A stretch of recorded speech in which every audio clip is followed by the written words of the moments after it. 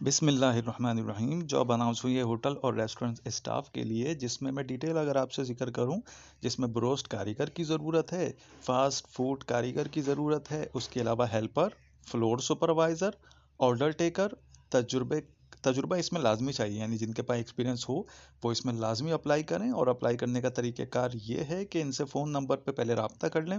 रब्ता करने का नंबर है 0300 2217 960, या फिर दूसरा नंबर है 0313 1128 778 पर। दूसरी जो जॉब है जिसके हवाले से हम बात करें तो गुलशन इकबाल में एक रेस्टोरेंट है, और इस रेस्टोरेंट में मैनेजर की ज़रूरत है। रेस्टोरेंट मैनेजर की ज़रूरत है, कम से कम 3 साल का तजुर्बा होना चाहिए इनका।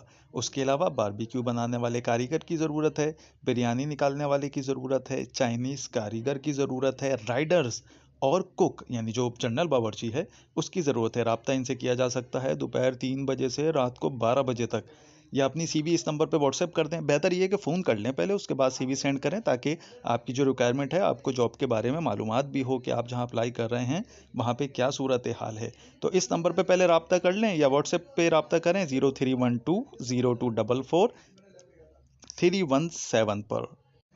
अगर ये वीडियो आपको अच्छी लगी हो तो वीडियो को लाइक करें, चैनल को लाजमी सब्सक्राइब करें, और अपने उन अजीज़ व अकारिब से लाजमी ये शेयर करें जिनके ये वीडियो काम की हो सकती है।